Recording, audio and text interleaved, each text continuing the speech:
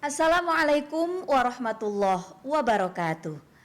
Alhamdulillah wa syukrulillah wassalatu wassalamu ala rasulillah wa ala alihi wa sahbihi wa mawalah amma ba'd. Pemirsa dimanapun Anda berada, saya Dida Nafisa kembali hadir tentunya masih dalam program podcast Fakultas Syariah dan Hukum UIN Sunan Gunung Jati Bandung, Kurma Kajian Ramadan.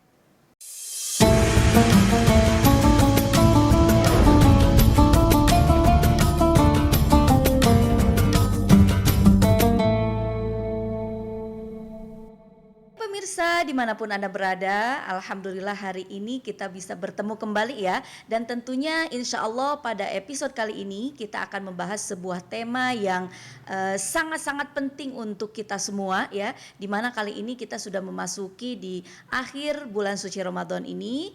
Dan tentu saja kita sudah banyak mengetahui bahwa ketika di minggu-minggu terakhir bulan suci Ramadan itu adalah waktu yang sangat mustajab ya, yang sangat afdol, di mana ketika kita berkeluh kesah kepada Allah, kita berdoa banyak-banyak kepada Allah, inilah waktu yang sangat-sangat menentukan.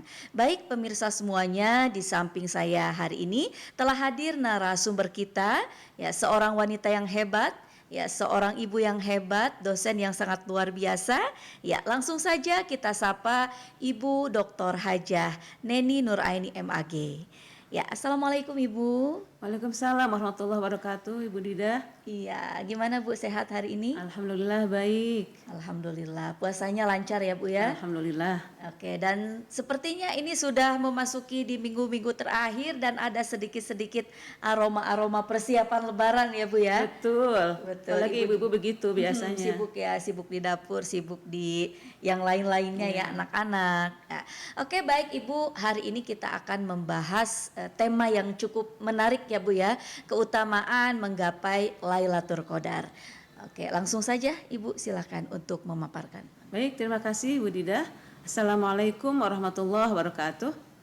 Rabbi syrah li sadri wa yassir li amri wahlul 'uqdatam min lisani yafqahu qawli ma ba'd. Pertama-tama mari kita panjatkan puji dan syukur kehadirat Allah Subhanahu wa taala yang telah memberi kesempatan kepada kita berada di 10 hari terakhir di bulan Ramadan. Salat dan salam mudah-mudahan senantiasa tercurah kepada baginda kita Nabi Muhammad sallallahu alaihi wasallam, kepada keluarganya, para sahabatnya dan seluruh umatnya sampai akhir zaman. Pemirsa yang saya hormati, rahimakumullah dimanapun Anda berada, pada kesempatan ini saya ingin menyampaikan tentang keutamaan Lailatul Qadar atau keutamaan 10 hari terakhir. Ada sebuah hadis yang diriwayatkan dari Aisyah radhiyallahu anha yang berbunyi, kana Rasulullah sallallahu alaihi wasallam yajtahidu fil ashir al-awakhir min Ramadan ma la yajtahidu fi ghairihi. Adalah Rasulullah sallallahu alaihi wasallam sangat bersungguh-sungguh pada 10 hari terakhir di bulan Ramadan, melebihi kesungguhannya pada malam-malam lain, pada malam-malam selain itu. Nah, tentu hal ini menimbulkan sebuah pertanyaan, ada apa gerangan? Kenapa beliau melakukan kesungguhan yang melebihi kesungguhannya di 10 hari terakhir? Pertama, karena 10 hari terakhir itu merupakan waktu penutupan bulan Ramadan. Ada sebuah hadis yang mengatakan wa innamal a'mal bil khawatim. Sesungguhnya setiap amal itu sangat tergantung kepada akhirnya. Itu alasan pertama. Alasan kedua, karena di 10 hari terakhir itu ada malam Qadar atau yang sering kita kenal dengan istilah Lailatul Qadar.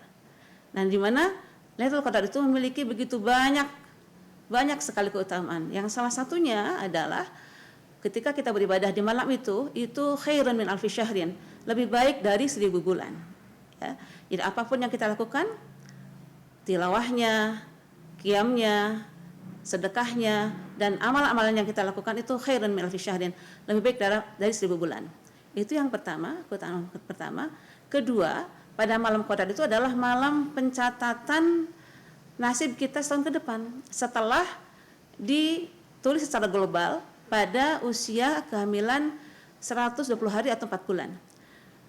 Tentu para pemirsa semuanya sudah pernah mendengar sebuah hadis mengatakan bahwa di usia 4 bulan kehamilan, seorang malaikat diutus oleh Allah untuk meniupkan ruh. Fayanfukhu fihi ruh, kemudian diperintah oleh Allah untuk mencatat 4 hal. Pertama adalah bikat birizkihi wa ajalihi wa amalihi wa syaqiyyun au sa'idun. Itu adalah pencatatan takdir secara global. Nah, kemudian yang tadi itu dirinci pada malam qadar sebagaimana tercantum di surat Ad-Dukhan ayat keempat. Seperti itu. Oke, baik Ibu, cukup gamblang sekali ya. Dan ada sedikit barangkali di pemirsa semuanya tadi sudah mengetahui bahwa Ibu sudah menyampaikan bahwa di akhir-akhir itu tentu saja itu yang biasanya menjadi hal-hal yang utama ya Bu ya. Betul. Dan baik pemirsa di rumah, nanti kita akan mengetahui lebih lanjut mengenai bagaimana keutamaan Lailatul Qadar, kemudian apa saja sih yang harus kita lakukan nih yang paling baik-baiknya. Oke, jangan kemana-mana, tetap di Kurma Kajian Ramadan.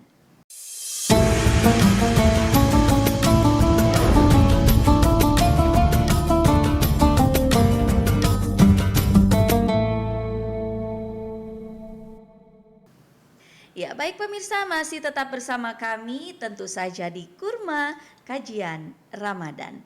Nah, kita langsung ya masih dengan temanya menggapai Lailatul Qadar. Banyak sekali keutamaan-keutamaannya, bahwa apapun aktivitas kita nanti nih yang akan kita bahas di sini ya.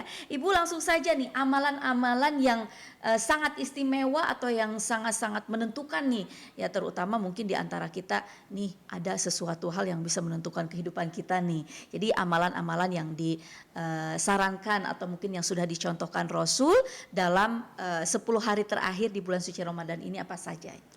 Baik, terima kasih. Amalan yang dicontohkan Rasul terkait mengisi 10 hari terakhir di bulan Ramadan itu adalah beritikaf. Beritikaf. Ada sebuah hadis yang mengatakan bahwa Rasulullah SAW beritikaf di 10 hari terakhir sampai Allah mewafatkannya. Maka para istrinya pun setelah itu beritikaf juga begitu. Nah, itu menunjukkan bahwa amalan utama atau amalan andalan pada 10 hari terakhir itu adalah itikaf. Apa makna itikaf? Secara istilah yang disebut dengan itikaf itu adalah berdiam diri di masjid dalam rangka taqarrub ilallah, dalam rangka ibadah kepada Allah. Jadi itu makna itikaf. Nah, kemudian apakah boleh seorang perempuan itikaf di masjid? Kalau kita tadi melihat atau mendengar sabda Rasul tadi, ternyata dicontohkan oleh istri Rasulullah SAW ba'da wafati, setelah wafat beliau. Jadi ada kebolehan para perempuan atau ibu-ibu itikaf di masjid. Tapi tentu ada beberapa hal yang harus diperhatikan. Pertama, itu harus ada izin suami. Sekiranya suami tidak mengizinkan, tidak perlu itikaf di masjid. Gitu. Yang kedua itu aman, tidak bahaya karena keluar malam misalnya gitu. Yang ketiga itu tidak menimbulkan fitnah. Misalnya kalau ke masjid sementara di rumah ada pekerjaan yang tidak tertangani kemudian jadi fitnah, itu tidak perlu ke masjid. Yang keempat itu tidak ikhtilat. Artinya tempatnya masjid itu tidak sampai berdesakan dengan ghair mahram, dengan laki-laki lain. Ya, tidak menimbulkan madarat barangkali ya, Ibu, ya. Betul, tidak menimbulkan madarat. Kalau itu terpenuhi maka ibu-ibu pun atau para perempuan pun sangat dianjurkan untuk itikaf di masjid. Iya. Yang lebih aman barangkali Bu, ini bisa diajak bersama-sama sekeluarga kali ya Bu. Betul. Ya, dengan suaminya gitu kan, kemudian dibawa juga dengan anak-anaknya sekalian. Nah, ini ada yang bertanya juga Bu, nih juga pemirsa di rumah barangkali juga ada sedikit yang menggancal. Nah, ini kalau misalkan itikaf ini lebih banyak pahalanya ya itikaf di masjid ataupun misalkan di rumah gitu. Nah, ini gimana berhubung dengan bagaimana kondisi perempuan kalau memang tidak memungkinkan gitu. Nah, ini pahalanya seperti apa? Sama atau enggak sih itikaf di masjid dengan di rumah? Baik, tentu kalau kita melihat contoh itikaf itu di masjid. Itikaf itu di masjid tempatnya. Kalau kondisi normal tadi segala persyaratan terpenuhi yang tadi ya Bu Dida. Tapi seandainya dalam kondisi tertentu tidak memungkinkan, maka diperbolehkan kita itikaf di rumah. Katakanlah itikaf, mudah-mudahan dihitung oleh Allah sebagai itikaf. Kita gelar sajadah di mushola atau di mihrab, kemudian kita melakukan amalan-amalan yang kita lakukan di masjid seperti itu. Berzikir, beristighfar, berdoa, tahajud misalnya, itu bisa kita lakukan. Insya Allah dengan cara seperti itu Allah Maha tahu.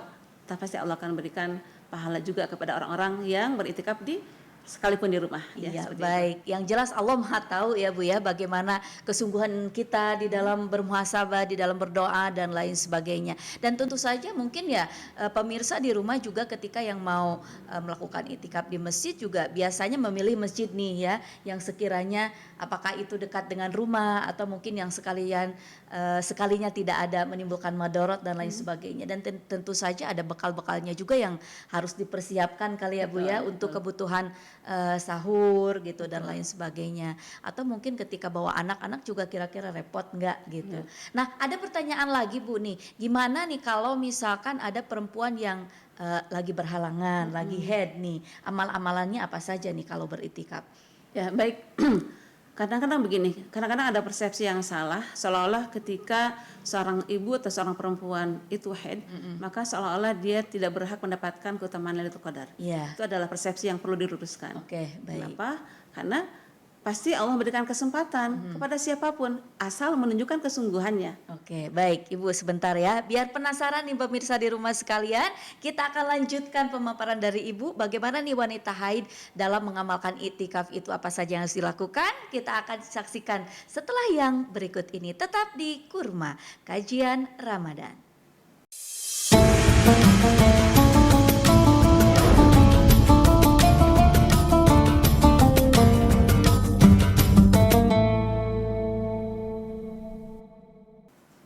Ya baik pemirsa dimanapun Anda berada masih tetap di Kurma Kajian Ramadan. Dan kali ini kita sudah memasuki di segmen terakhir ya. Tadi ada yang sempat terpotong nih, penasaran kan semuanya?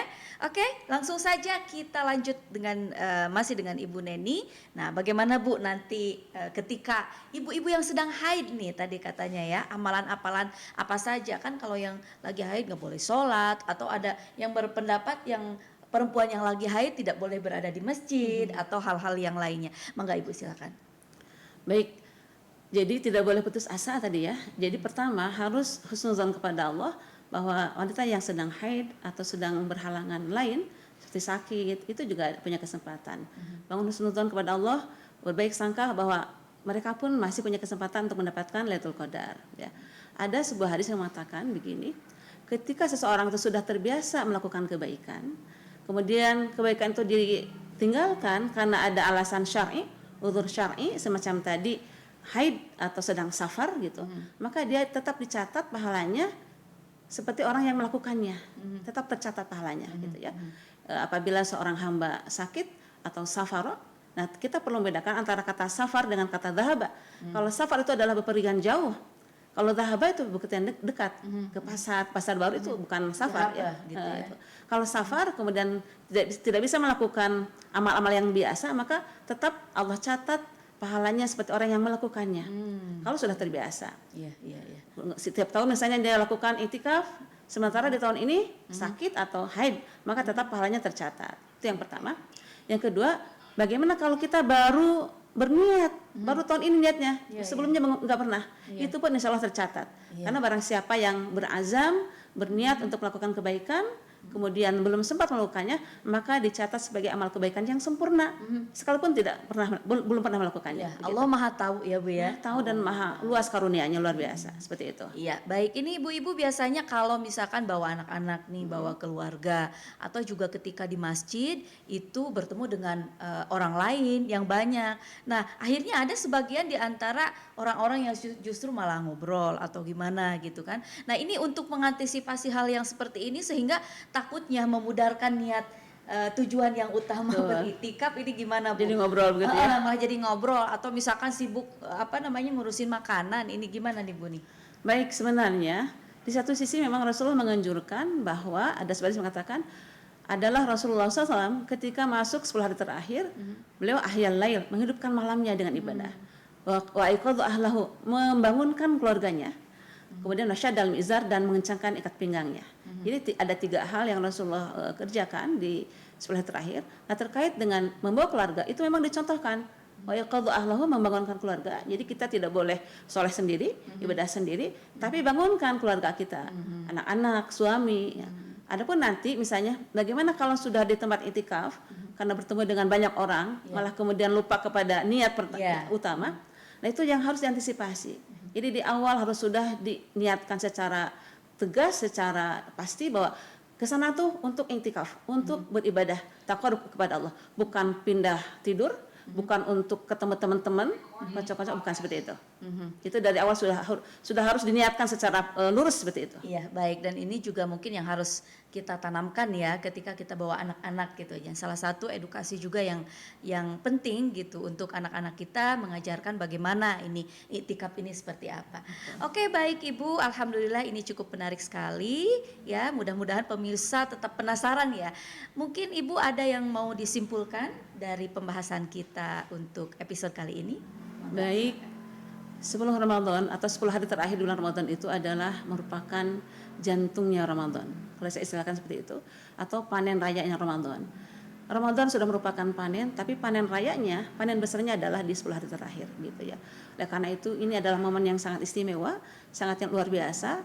Mari kita bermujahadah mengisi 10 hari terakhir ini dengan amalan terbaik agar kita layak dipilih Allah mendapatkan keutamaan Lailatul Qadar. Barangkali itu. Oke, baik. Alhamdulillah. Hatur nuhun Ibu, terima kasih Sami-sami. ilmunya untuk Sama-sama. hari ini. Mudah-mudahan kita semua tetap ada dalam lindungan Allah dan juga yang mau beriktikaf juga pemirsa di rumah ya Ibu. Mudah-mudahan diberi kelancaran ya, tidak ada halangan apapun. Amin ya robbal alamin. Baik pemirsa di rumah semuanya, insya Allah kita akan bertemu kembali di episode berikutnya. Jangan kemana-mana ya. Saya Adida Nafisa mohon undur diri. Terima kasih atas segala perhatian dan mohon maaf atas segala kekurangan. Tetap di Kurma Kajian Ramadan. Wassalamualaikum warahmatullahi wabarakatuh. Waalaikumsalam warahmatullahi wabarakatuh.